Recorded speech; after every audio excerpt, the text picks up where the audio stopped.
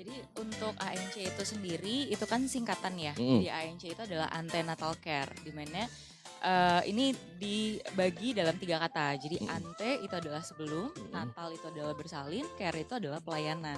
Jadi kalau kita mhm. gabung antenatal care itu adalah Kandungannya? pelayanan sebelum Jadi kalau untuk bersalin. ANC ini sendiri Mhm, untuk pertama kali memang kita lakukan di trimester pertama atau sebelum oke. usia 12 minggu Mhm, biasanya gitu. Kemudian kita pantau secara berkala sampai dengan mendekati taksiran kalau untuk vitamin sendiri, memang mhm, kan kalau secara sebaran nih kita di Indonesia memang banyak rata-rata ibu hamil mhm. sering mengalami kondisi anemia di mana HB-nya kurang dari 11 yang dianjurkan ya Kak minimal. Di hari ini nggak sendirian nih, seorang takur gawat tapi ada Bu Dokter dan ada juga marketing dari Rumah Sakit Melati. Alright. Ada Bu siapa di sini Bu Dokter? Boleh perkenalkan diri? Halo semuanya, saya Oke. Dr. Skofani, saya dokter spesialis penyakit kandungan dan kebidanan di Rumah Sakit Melati Tangerang. Oke, Bu Dokter Skofani. Iya. Oke, dan di sebelahnya juga ada Kak Putri. Siap. Bagaimana perjalanan ke sini Kak Putri dan Bu Dokter nih? Dari mana? Kita dari Rumah Sakit Melati ya. Oh, dari Rumah Sakit Melati langsung Iya, ya, kita dari masuk Rumah ke Sakit sini. Melati ke Iya sini. betul. Jalannya berdua? Satu mobil, satu motor, satu Kita selalu bersama soalnya, jadi satu barengan bersama. tadi. Oh, sehati sih ya? Iya sehati, sesuai nama programnya ya. Iya udah berdua. Terus perjalanan ke sini pagi dari situ ke sini macet nggak? Macet Atau standar sedikit lah ya sih, macetnya? Atau di luar dugaan padat macetnya? merayap. Padat merayap. Yes. Bu Dokter sendiri emang di Rumah Sakit Melati emang dari pagi atau memang janjian dulu di situ baru ke sini bareng? Janjian ya. Janjian dulu. Janjian dulu ya. Betul. Tapi yakin sih janjinya seorang dokter tidak akan dilalaikan. Nah, Seperti janji yang lain kan? bener, apalagi dokter Objin ya. Iya Heeh. bener. Tapi pagi hari ini Bu Dokter dan juga Kak Putri memang terlihat ceria nih. Masya Ceria Allah. banget. Karena mungkin hari ini masuk, besok masuk, Kamis libur ya. Saya masuk.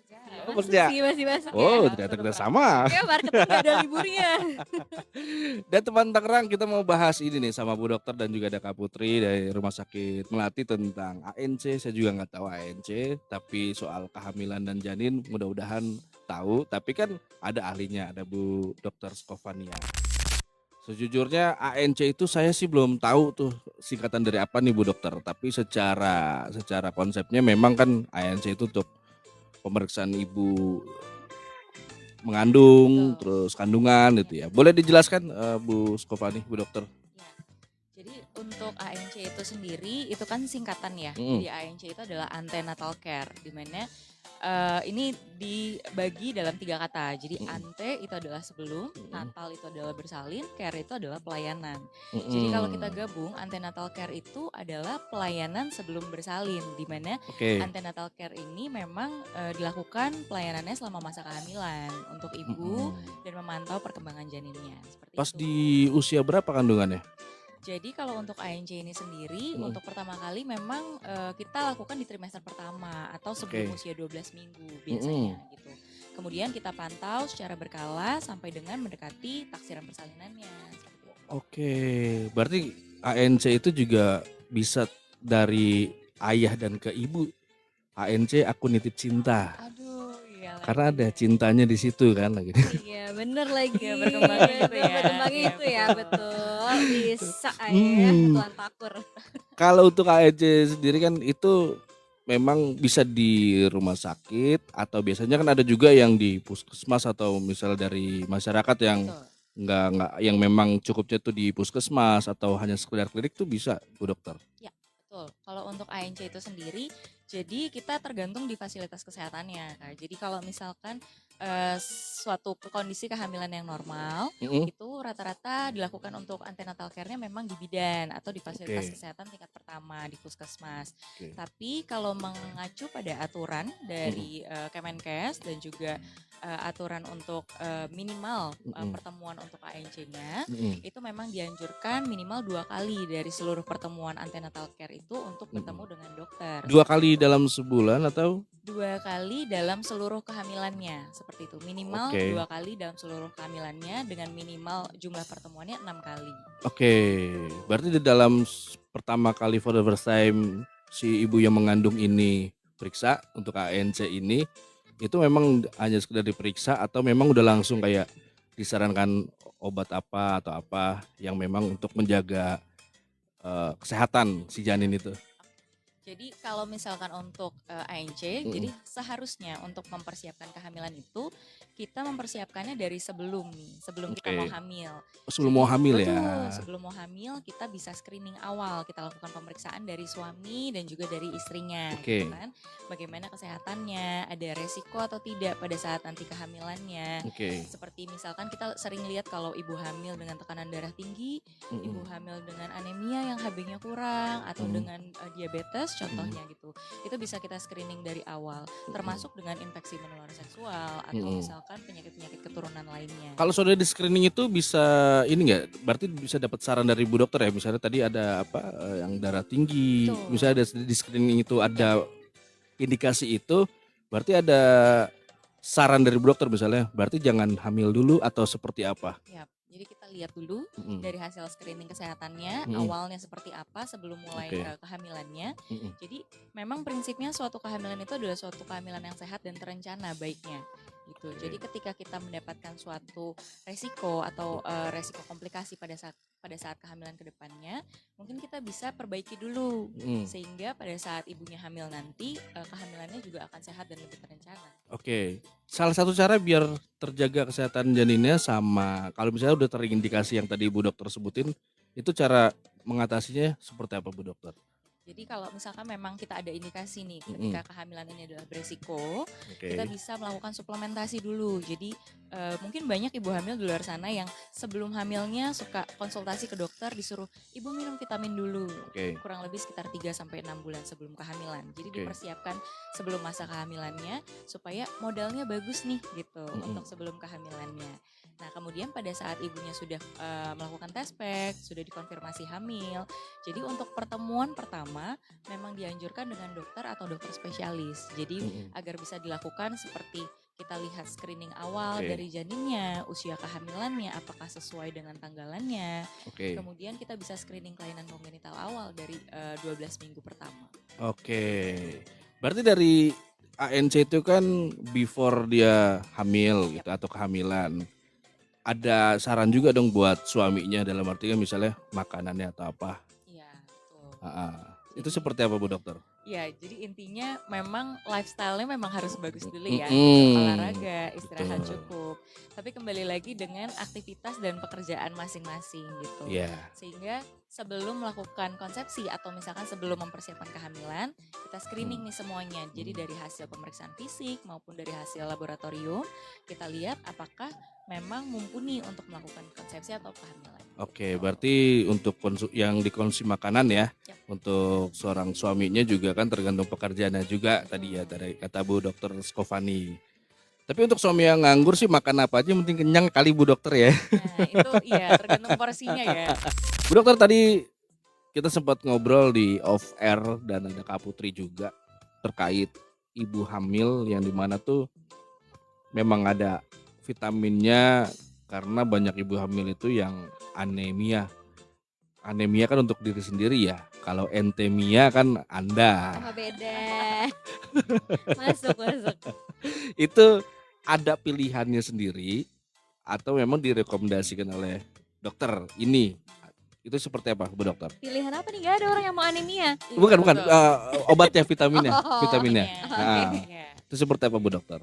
Ya, kalau untuk vitamin sendiri memang kan kalau secara sebaran nih kita di Indonesia memang banyak rata-rata ibu hamil sering mengalami kondisi anemia di mana HB-nya kurang dari 11 yang dianjurkan ya Kak minimal. Nah, jadi kalau misalkan untuk anemia ini sendiri yang paling sering ini adalah karena kekurangan zat besi. Dan juga yang sering kita berikan suplementasinya juga asam folat selain zat besi gitu. Memang utamanya adalah suplementasi zat besi. Dan Oke. itu sudah ada untuk suplementasinya dan gratis ya. Untuk MMS kalau misalkan memang bisa kontrol kehamilannya di puskesmas atau di fasilitas kesehatan tingkat pertama gitu, mereka memberikan untuk suplementasi vitamin kehamilannya dengan MMS itu udah banyak isinya, udah dengan zat besi, sudah ada kalsiumnya dan sumber-sumber mineral dan multivitamin lainnya gitu. Tapi untuk utamanya pada saat trimester awal karena concern utama kita itu adalah bagaimana pembentukan sistem saraf pusat dan penutupan tulang belakang. Jadi utama yang disarankan untuk dikonsumsi adalah asam folat terlebih dahulu. Sedangkan akan ditambahkan suplementasi dengan zat besinya adalah ketika kita sudah memasuki di akhir trimester 1, kita mau memasuki ke awal trimester 2 seperti itu. Itu kan dari vitamin ya Bu Dokter. Iya. Kalau misalnya ada juga yang dimana tuh orang-orang atau ibu-ibu hamil itu atau bahkan keluarganya sama suaminya itu misalnya kayaknya kalau ke rumah sakit atau ke klinik atau puskesmas mungkin ada juga kan yang memang untuk biaya atau segala macamnya tidak terjangkau. Bisa juga nggak diakali itu dengan makanan yang benar-benar ada kandungan itunya? Kandungan ada kalsium, ada apalagi tadi Bu Dokter bilang asam Folat. itu bisa nggak? Apa aja sih makanan yang mengandung itu? Iya. Jadi yang disarankan ketika kita mendapati kondisi anemia atau memang ada ibu hamil yang beresiko ke depannya akan menjadi anemia, kita akan menyarankan makan makanan yang tinggi protein. Dan juga seperti yang diutamakan adalah daging-daging merah seperti daging sapi. Kemudian tinggi protein juga daging ayam atau hati ayam sebetulnya juga tinggi akan zat besinya. Hati ayam. Betul. Tapi bukan itu masuk ke ini ya? Kalau hati ayam apa namanya? Jeroan itu bukan? Iya, betul. Jeroan. Tapi tidak berlebihan lah ya. Betul. Semua pasti ada batasnya ya. Segala sesuatu yang berlebihan pasti nggak baik juga. Dan di saat ibu hamil ini sedang mengandung juga kan pasti bermacam-macam ya. Bermacam-macam tuh keluhan. Ada yang menarik nggak, keluhan menarik atau keluhan yang kayaknya belum pernah saya temuin nih atau yang unik dari Bu Dokter temui? Keluhan yang menarik ya, mungkin lebih ke arah ngidamnya ibu-ibu ya, beda-beda ya gitu. Ngidamnya? Aneh-aneh ya, Iya. bawaan bayi. Bawaan bayi alasannya gitu kan bilangnya. Jadi terkadang ada yang sebelum hamil biasa aja nih gitu, misalkan dengan makanan tertentu atau dengan bau-bau tertentu gitu. Tapi setelah hamil mungkin nggak kepengenan nih makan makanan yang tadinya dia suka, atau misalkan untuk bau sedikit aja kayak cuman bau bawang atau misalkan bau bumbu apa gitu, sensitif banget, tahu-tahu mual, muntah, dan itu memang biasanya terjadi di awal kehamilan gitu. Dan memang untuk awal kehamilan ibu-ibu juga jangan terlalu khawatir gitu, karena memang karena peningkatan dari hormon hamil itu sendiri yang membuat lebih sensitif terhadap mual muntahnya. Nah kebetulan juga ada Kak Putri di sini Bu Dokter ya, yang sedang mengandung juga. Ada kebeeman ya. keinginan luhur yang dimana tuh saat mengandung ini nih ada yang pengen banget gitu. Iya, pengen banget nih. Pengen banget dikasih uang segepok sih sebenarnya ya. Semua sih. Seneng banget ya. Segepok doang, cuman koinan gimana? Ada hal yang unik nggak, Kak Putri? Enggak sih, biasa aja sih sebenarnya, ya udah. Karena memang pas aku hamil nih nggak ada mual muntah, jadi semua ya udah dimakan aja. Cuma memang dalam batasan-batasan wajar ya dok ya gitu. Karena kan kadang tuh pas awal kehamilan tuh nggak boleh makan duren. Itu dokter tuh sempat stres banget tuh, padahal aku suka duren. Nah itu tuh dok tuh, padahal sebenarnya boleh ya dok ya? Boleh, jadi tapi ada batasnya. Ada batasnya, Apa aja tuh Bu Dokter untuk makanan atau mitos boleh yang sering ditemuin Bu Dokter di saat praktek? Iya, mungkin dari Kak Putri dengar mitos apa kalau untuk ibu hamil? Ya tadi ya nggak boleh minum air es, katanya nanti betul. dede bayinya gede gitu ya. Nah itu gimana tuh dok? Ya jadi untuk minum air es itu sendiri sebetulnya tidak dilarang untuk ibu hamil. Jadi terkadang aku juga sering tuh dapat pada saat praktek misalkan ya, boleh nggak dok kalau misalkan saya mual kalau misalkan minum air biasa, boleh nggak kalau sukanya minum air es? Jawabannya boleh aja, nggak ada masalah, dan sebetulnya tidak ada pengaruh yang signifikan untuk perkembangan bayinya ya kalau minum air es, karena itu kan sama dengan minum air biasa sebetulnya gitu. Kemudian kalau misalkan nggak suka air putih biasa gitu, boleh nggak minum yang lain gitu. Saya sukanya air kelapa, boleh silahkan gitu. Dan misalkan ada juga yang bilang kalau minum air kelapa yang banyak-banyak, terus air ketubannya jadi nggak bakal kenapa-kenapa gitu ya dibilangnya. Tapi sebetulnya kembali lagi dari kondisi kehamilan dan kondisi janinnya gitu. Karena ketika kita sudah minum banyak, tapi pada saat proses kehamilannya, di akhir proses kehamilan terjadi stres pada bayinya, akan terjadi perubahan tuh dari bayinya, kondisi bayi, kondisi oksigen dari bayinya, kemudian arus darah dari bayinya yang membuat stres dan memperkeruh si cairan ketuban itu. Oke, dan kebetulan sudah ada penelpon yang masuk ke Star Radio. Halo, selamat pagi. Halo. Ya.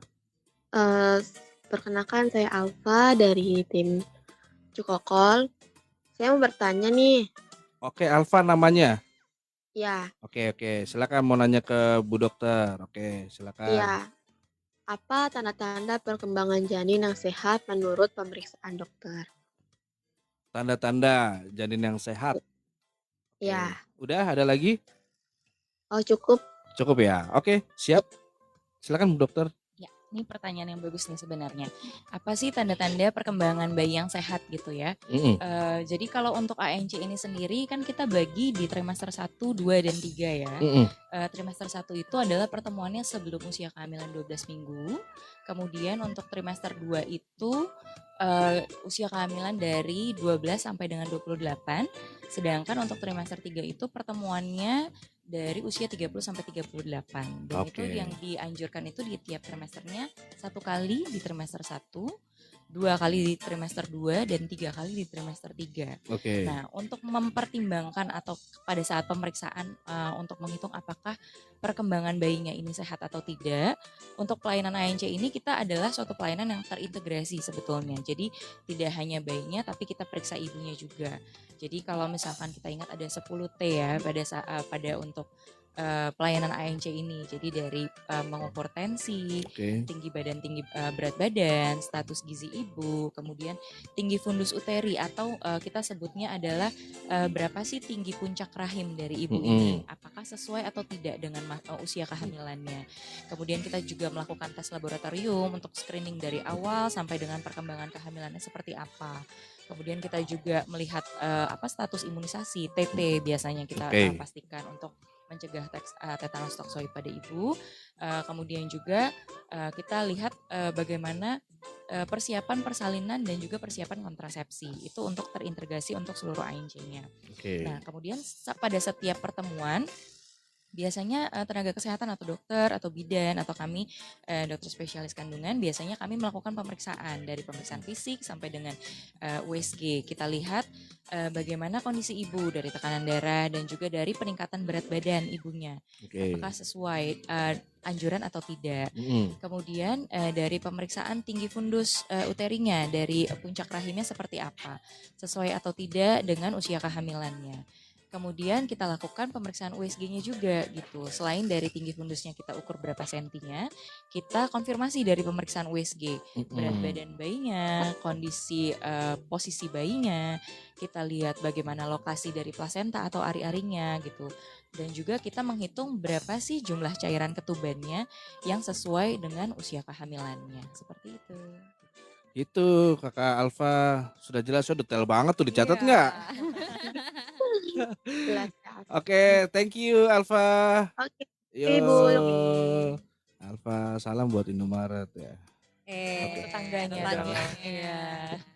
Untuk ibu hamil kadang suka memilih dokter kandungan yang sesuai dengan hatinya. Betul. Atau kenyamanan dia seperti apa. Kadang ada juga case di mana tuh ibu hamil itu memilih rumah sakit yang jauh dari rumahnya gitu kan, karena kenyamanan apa segala macam dari si ibu itu kan.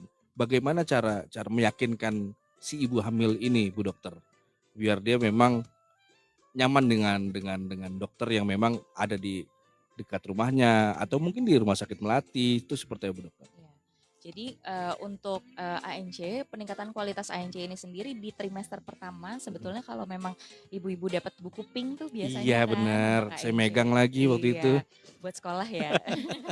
Kalau buku pink itu sebenarnya itu buku yang sudah sangat lengkap dijelaskan dari A to Z. Bagaimana mempersiapkan kehamilan, kemudian tanda-tanda kegawatan pada kehamilan, persiapan persalinan, dan juga yang penting adalah screening resiko kehamilan pada awal trimester gitu ya. Jadi ketika kita mendapatkan suatu kehamilan yang beresiko tinggi atau kita mendapatkan suatu kehamilan yang dari hasil screeningnya sepertinya mengkhawatirkan nih gitu, itu adalah kehamilan-kehamilan yang memang dianjurkan untuk melakukan ANC di rumah sakit atau di fasilitas kesehatan tingkat lanjut. Tapi ketika kita melakukan screening dan itu semua aman, sebetulnya memang bisa dilakukan di fasilitas kesehatan tingkat primer gitu, di puskesmas atau misalkan di bidan atau mau melakukan ANC di klinik, kadang-kadang memang kan ada dokter-dokter obgyn yang memang membuka klinik untuk ANC gitu, itu juga bisa gitu.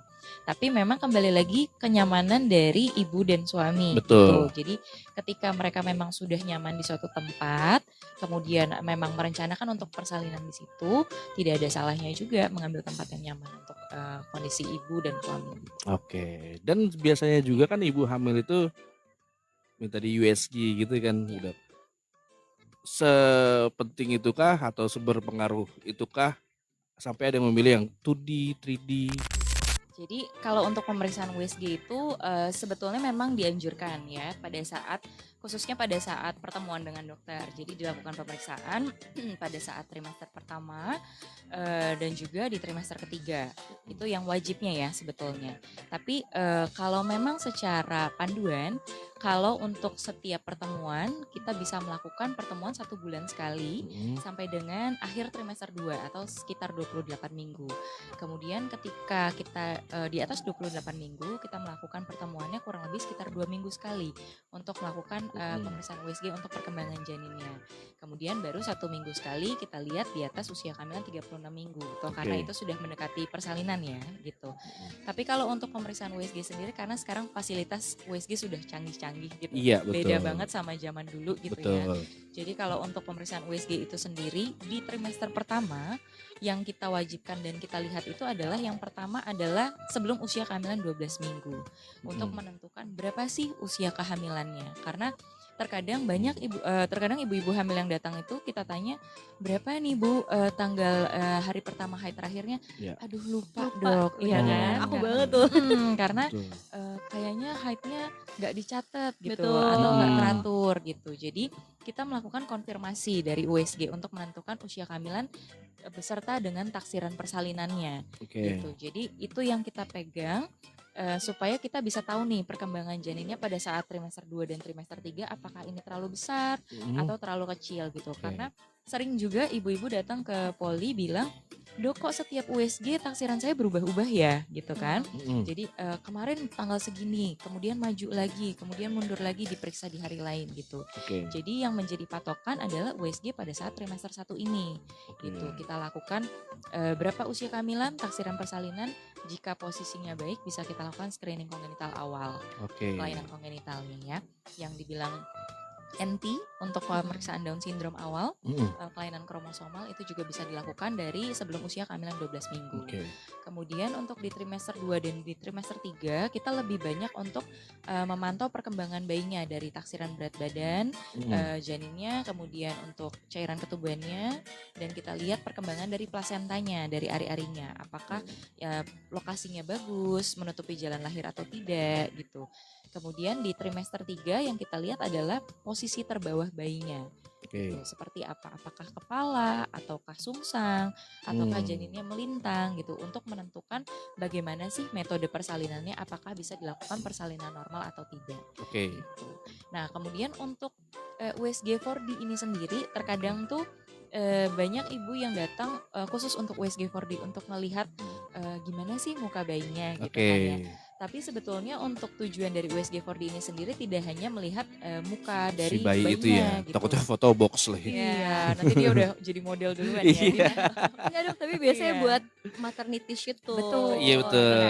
Betul sekali. Jadi memang ini untuk keperluan entertainmentnya ya, Iya, gitu kan betul. bisa ya untuk maternity shoot. Tapi untuk tujuan utamanya kita melakukan USG 4D itu adalah kita melihat morfologinya, kita lihat bagaimana kedua matanya, kita melihat bagaimana hidungnya, dan kita bisa melihat bagaimana kelainan dari bagian bibir atasnya, seperti apakah ada kelainan bibir sumbing, seperti itu. Dan awalnya kita lihat dari 2 dimensi, kemudian kita konfirmasi lagi dengan 4D-nya.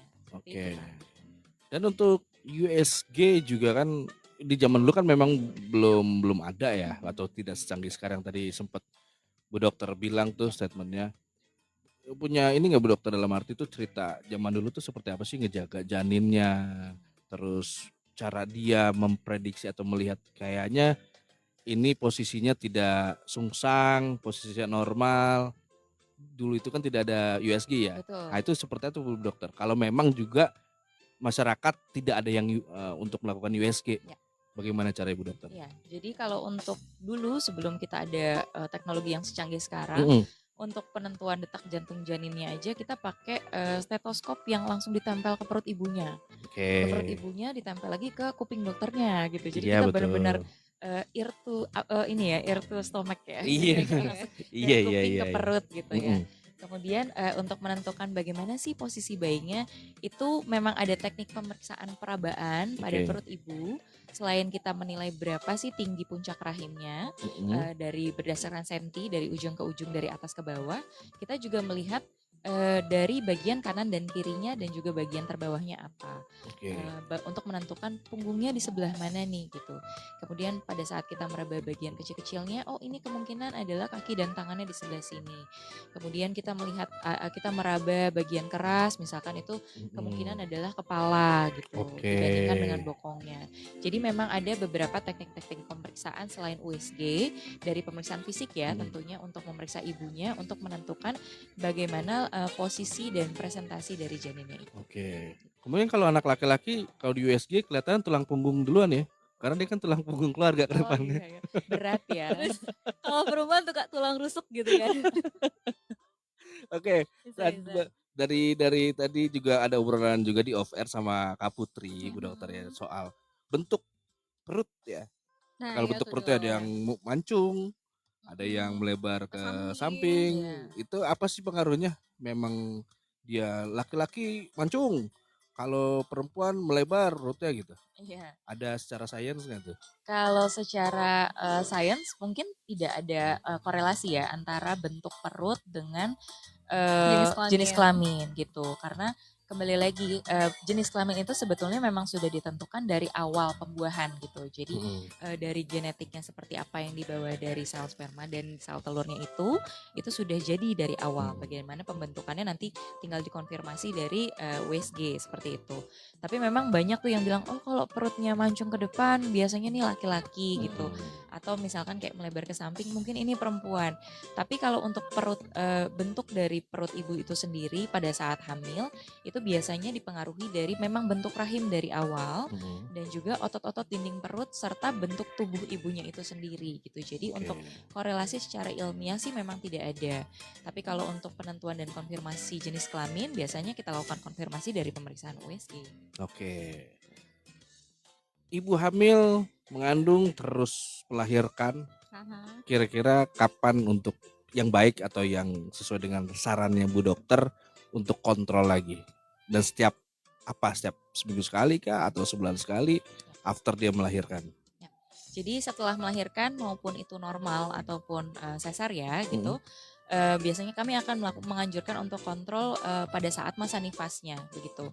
1 minggu untuk kita lihat untuk bagaimana luka jahitan dari bekas operasinya, dan juga apabila memang terjadi robekan di jalan lahir, kita juga bisa lihat untuk bagaimana kondisi jahitan setelah robekan itu. Kemudian kita juga melakukan observasi bagaimana ASI-nya, kontraksi pasca persalinannya seperti apa dari rahimnya, perdarahan masa nifasnya seperti apa.